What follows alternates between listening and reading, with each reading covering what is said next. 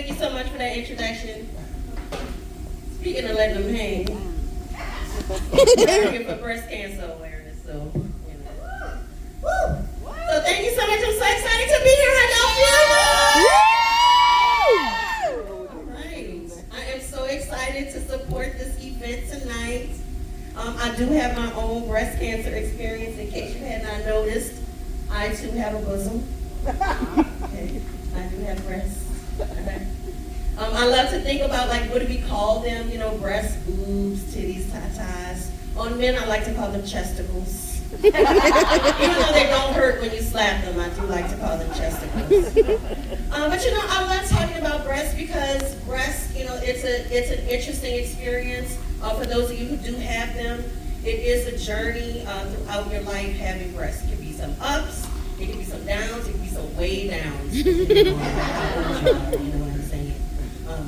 But my experience, I feel like when I first started to learn about my relationship with my breasts and what that was like, I was in elementary school and I was invited into a very well-known exclusive club that some of you might know about. It's called the Itty Bitty Titty Committee. I see a few members in here right now. Okay, all right, gotta be proud. I too used to be in the IBTC. It's a very exclusive organization. The way that I was inducted, I was in 5th grade and a girl came up to me on the schoolyard and she said, "Hey Liz, have you ever heard of the Itty Bitty Titty Committee?" And I was like, "Oh my God, no." And she said, "Well, you should because you're the president." And she took off running and I was like, "Oh my God. Oh my God. I'm the president." And then I thought about it for a second. I was like, holy shit. They made me the president. I was really excited, but my reign in the IBTC did not last for too long. About 4 weeks into my administration, I was going to PE class, and at PE, we wore this really cool orange shirt. Shout out to Thomas Edison. We wore this really cool orange shirt, and if you didn't have your orange gym shirt, you could wear a white undershirt to PE. So that day, I didn't have my orange shirt, and so I went out dressed for PE in my white tank top, and as soon as I got there, my PE coach went, "Fletcher, turn around, go back and put on your clothes, and when you get home, tell your mama you need a bra." And so my mom took me to get a bra, and that was the very beginning of my experience. But it's okay, I got kicked out of the Itty Bitty Titty Committee, but I'm now in the Big Bus Trust, started by Dolly Parton in 1988. That's our symbol, 88. And so in the Big Bus Trust, we talk about the issues that affect breast and breast-related things. You know, women with boobs, people with boobs, the things that we have to deal with. You know, because it may be surprising. A lot of people think that having big breasts is all fun. It's all motorboating and contests, but it's so much more than that. It's a lot more. You know, like sometimes I have to deal with catcalls. I went to karaoke with my mom a few weeks ago, and this guy was like, "Holy shit, you got a whole lot going on up there, girl." And I don't know why people feel so compelled to tell me about objects that they think relate to the size of my breasts.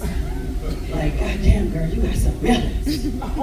Ooh, got some jugs." One time this guy said, "Girl, you look like you smuggling 2 midgets under the shirt." I said, "Sir, that is so offensive. They like to be called little people."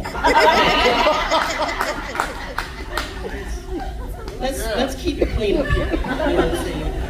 But we discuss other issues that face, you know, that women with breasts face, people with breasts, especially larger breasts. Like, I needed the Big Bus Trust to help me understand why people put napkins on their laps. Because when I look down, I don't see a lap. I would have to do gymnastics to get down there and to get to my lap. So I just, you know, we solve issues that I like to call like the crispy, crunchy chicken dilemma. So like for example, anybody in here ever had crispy, crunchy fried chicken? Love chicken. Chicken, and sometimes you look down and you see that little tasty fried morsel, just that little piece of crunchy you pop in your mouth. It's so delicious. Y'all know what I'm talking about? Who goes Well, imagine you had your meal, you go down to sit in your car, and you're like, oh, here's something. Wow. Here's some piece of crispy, crunchy, delicious chicken. Do I eat it? In the Big Bus Trust, we say yes. We beat the 5-second rule every time. We got like a 10-minute rule. As long as it's not moist and it gets, depends on the food item. You know, we solve issues like folding arms. It's sometimes it's not easy. So we talk about issues like this. But there are a lot of positives as well. There are a lot of amazing things about having breasts. For me, for example, I do have difficulty folding my arms above them. But if I'm on a flight,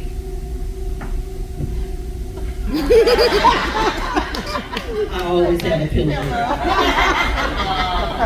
Sometimes in the Big Bus Trust, we talk about other challenges too, like finding the clothes that are good for women with big breasts. Like, and you might think I mean something like clothes that fit. No, I mean like, I love reggae. I bought a Bob Marley shirt. I put the shirt on. It says Bob. I bought a graphic tee. By the time I put a shirt over my breast, the face expression had changed. So I gotta be careful about what I'm wearing. I gotta stick to the positives, the things that we talk about in the Big Bus Trust. You know, I have my pillows, I have my show. If I wanted to go hands-free on the mic, I could. It's not something I do all the time. But it is a show. It's also a storage. Get a little warm. I need to touch up the makeup. Oh, that's my earring. Sorry, y'all. I know I had put that motherfucker somewhere. I just had to figure out where it was. It's amazing. I do appreciate, because like when I go to the club, I don't need a purse. I don't need a purse. You're gonna give me a hard time. We're not gonna fuck with you. Put it back. Put it back. But it's also good for things like, you know, maybe later on, I'll have a drink. Damn! And sometimes when you go in the club, it's too expensive to buy that kind of stuff in the bar. Now, I will say it's gotten a little warmer since when I left home, so I will have to ask for some ice at the bar. With the Big Bus Trust, you know, it is amazing. I do enjoy these kinds of things, you know, being able to joke around and stuff like that about it. But enough about my breasts. Don't be sad. They still here for you. Okay. But I'm happy to be here. I'm very excited. I just came back to Louisiana from California. I just got back from Long Beach. So I have been living in Long Beach for the last like 5.5 years, and Long Beach is really fun. It's actually a lot of things that reminded me of New Orleans in Long Beach. So like for example, Long Beach is a festival city in Southern California. They have lots of festivals. Thank you for co-signing, whoever the fuck that was. They also, it's a very walkable city, just like New Orleans. You can get anywhere you want to go, you know. But unlike New Orleans, you know, one thing that kind of reminded me was there was a methadone clinic on the corner from my house. So I didn't get the real heroin addicts, but I got like heroin light. So I got half the dope naps, half the hepatitis C, all the crackhead behavior. Okay. So it was a lot of fun. It was a lot of fun living in Long Beach. I'm glad to be back though, because I do miss the seasoning and spice of New Orleans. Woo! City of flavor, because in Cali, everything just kind of tastes like avocados. Just put avocados on everything. Like we use hot sauce, they use that shit out there. I mean, who thought about, how can we make the food more bland? Let me put some avocados in that shit and then we'll work it out. And I'm glad to be back home too. I used to live in an apartment. I love my apartment, but I hated my property management company. The company was called Borba, and I felt like that stood for bitches over really bad apartments. Because, yeah, fuck them. They hated me. I hate them, they hated me. I would park in the back. They put up a sign that said no parking. I used to smoke. They put up a sign that said no smoking. I came home one day, they had up a sign that said no sex after the first date. I said, like a motherfucker. Only fans out there, no. I need my points. I'm back in the city now, and I'm looking, I'm dating, I'm open. It's shitty, I hate it, If I had to describe my dating experience in one word, my dating experience, I think the one word would be Walmart. And I say Walmart, I'm about to tell you why, girl. Walmart for a couple of reasons. One, you can meet some guys at Walmart, okay? I mean, they got the checkers, they do math. There's the clerk, the guys who stock the shit, they got muscles. But my favorite is that little guy with the highlighter that swipes my receipt on the way out the door. I'm like, that's attention to detail right there. Okay, so you never know, you know what I'm saying? Well, and then another reason is I feel like I can compare some of the men I've dated to Walmart, okay, in that, you know, you go to Walmart, they all pretty much the fucking same. They might look a little different, but they all full of the same bullshit, okay, so that's one. Then, you know, a lot of guys that I date just like Walmart, they pretty cheap. And nobody's ever surprised when I have to return. Nobody's ever surprised. They're not shocked when I say I'm, finished with that motherfucker. So, looking at on aisle 3, yeah, girl, that bitch is over. But the best thing about Walmart, the best thing about it is I can filter the people that I date in Walmart. Because on apps, the people lie. In person, the people lie. But see, the basket in Walmart, the basket never lies. Okay? Let you have some preparation H. I've been trying to know what the fuck going on. So when I'm in Walmart and I'm looking in the basket and I'm trying to see, okay, well, if I see some feminine hygiene products and I see fruit juices and kids snacks, okay, he taking. That's not all right. I look in another basket, I see, okay, I like air freshener. I like the nigga that's clean, like he thinks they got air freshener or something. But then I see some duct tape and tarps and bleach. And we're not gonna fool with him, we're not gonna fool with him.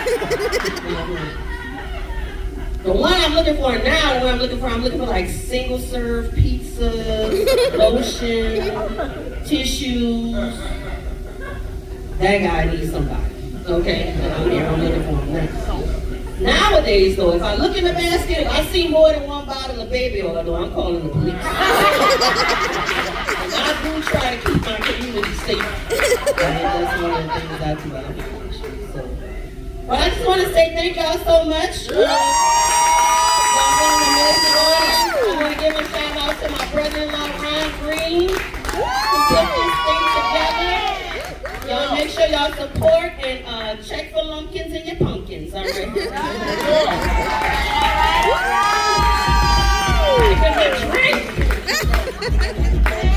Give it up for Real Delicious. I don't know if y'all fellas was listening, but I heard something.